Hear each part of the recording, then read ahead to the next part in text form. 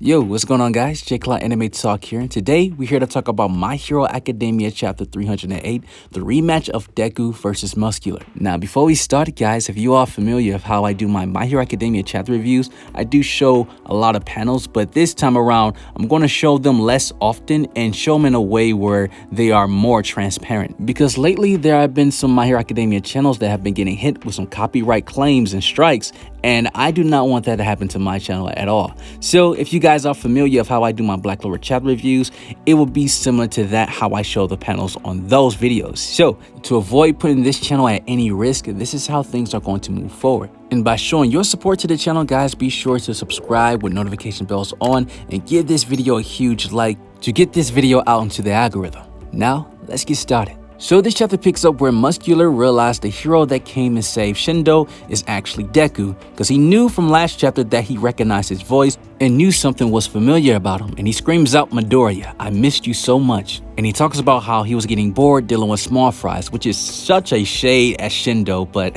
Shindo tried to hold his own, but man, there's nothing he can really do against Muscular. But Muscular does the typical thing that he did last time when he fought Deku, is when he put on his serious eye. And he talks about how he should say something grand about his revenge, but instead he wants to rampage. Because seeing Deku now and knowing that Deku is the reason why he ended up in Tartarus to begin with, this only fuels Muscular's rampage even further. Because he starts to leap at the building that Deku was standing on, and he breaks the building and tossing it to the air, just full on destruction. But Deku realized that he wasn't jumping directly at him, but just in his area. We then see Tatami, and Tatami, she's running outside because no one can see anything with so much smoke screen in the area, which we will talk about what that actually is, which was revealed in this chapter. We then see Deku come out of the smoke screen, and he's happy to see Tatami because he's thankful that someone's there to take care of Shindo. After Deku tells her to evacuate and make sure there are no more casualties, she talks about that she couldn't see who that person was, but his voice sounds familiar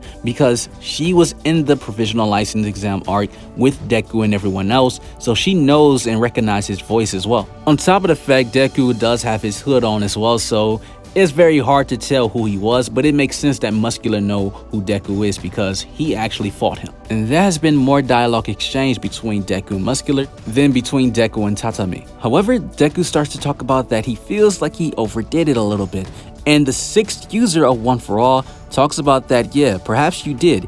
You overused too much of my smoke screen, which now we can confirm that this is Deku's new quirk that comes directly from the 6th, smoke screen, which was allowing Deku to cover up the entire battlefield with smoke. But since Deku more than likely has not fully developed this quirk to the degree where he can fully control it and not overdo it, is a clear sign that this is still relatively new to Deku. The 6th user tells Deku that maybe you're relying too much on One For All, and which can cause a big mistake that the past generations have made. But he knows that Deku has the biggest burden of everyone that used One For All because he may very well be the last user of One For All, because he's in a generation where it's extremely rare to be born without a quirk, and he knows the amount of pressure that Deku has upon him. He wants him to loosen up his shoulders because there is so much responsibility that he needs to take care of, and stopping Shigaraki is the biggest thing of that, and also All For One. And we see this imagery of all these supports items on Deku, even though they're not actually on him, but they symbolize all the quirks that he got from the past One For All users,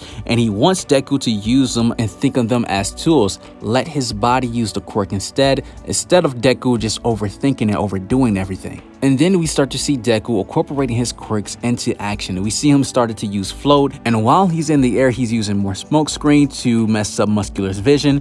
And I gotta be honest, the smoke screen quirk reminds me of how All Might depowers out of his buff form when he used up his time limit. And Deku has those All Might eyes with his mask on, so he definitely has that All Might swag now. We then see Deku starts dodging using Danger Sense while Muscular is trying to hit him. And Danger Sense, I was so excited to see this quirk incorporated into Deku's moveset because that quirk is really broken. Like, it's like Ultra Instinct Goku. Because we really have to know the limits of this quirk. I gotta know, because this quirk makes Deku even more broken. And I think the only plausible way that you can truly counter Deku's Danger Sense is that if you're faster than his Danger Sense quirk can activate. Not only that, Muscular doesn't have any projectiles movesets with his quirk, so Anybody with projectiles that can move rapidly fast, that can overwhelm Deku like Shoto and Bakugo, they still have a chance, so Deku hasn't completely left everyone in the dust. But we also see him incorporate Black Whip getting out of the way, which is a good moveset as well. Deku then questions Muscular and asks him, where are the other released prisoners? Where is Shigaraki? Where is All For One? Where are they located? And Muscular tells him that he doesn't care. He don't know, doesn't care. He just can do whatever he wants. That's what they told him to do, which, you know, that's what Muscular wants to do. He just wants to rampage. A very one-track minded guy. While Deku is holding Muscular with Black Whip, he wants to figure out Muscular and who he is as a person and ask him, why do you have these urges to go on a rampage? And Muscular tells him that he wants to live life with no regrets. And Deku asks him what regrets would that be, and Muscular responds back saying the regret of not beating you. Has no other path in life that he wants to focus on. He just wants blood and guts and the thrill of battle. That's his only desire. Which Deku starts to think to himself that maybe if he truly understood Muscular, maybe things would be different, which is a callback to when Nanashimura and Deku had that talk in the Vestige world, when she was telling Deku that there are some people in this world that cannot be saved. And in regards of Shigaraki, she was telling Deku that even if someone looks like they need to be saved, and that same person turns out to be beyond saving, would you have the resolve to kill Shigaraki? And Deku, he understands and acknowledges this because he even states to himself that even if he understood how someone turned out that way and maybe things could be different, there's a possible chance that he would have to fight them either way still. Even if it's in Deku's nature to save someone, he understands and accepts the reality. And the one thing that Deku knows that Shigaraki and Muscular have in common, they have murdered and hurt endless amount of people. But he knows through Muscular's soul, the deep core of his soul, there is something there. And I truly believe that there is definitely a backstory to Muscular that Horikoshi may showcase, even though I don't think this is just a redeemed backstory where it's going to make him look like a good guy. No, he's still going to be evil, but I do believe that there is something in his backstory that made him turn out to be the way he is. Because we already know in the story of My Hero Academia, the backstory of the villains are brutal.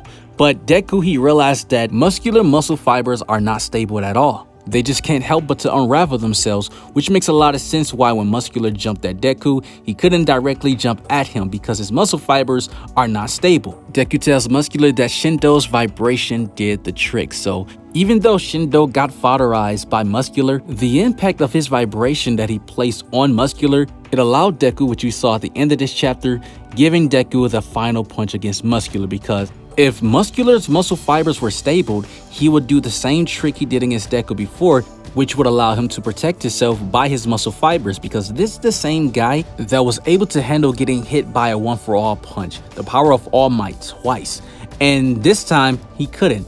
Now Deku is definitely stronger now, but without Muscular able to defend himself with his muscle fibers not even properly working, this allowed Deku to get an easy victory in the end of this chapter.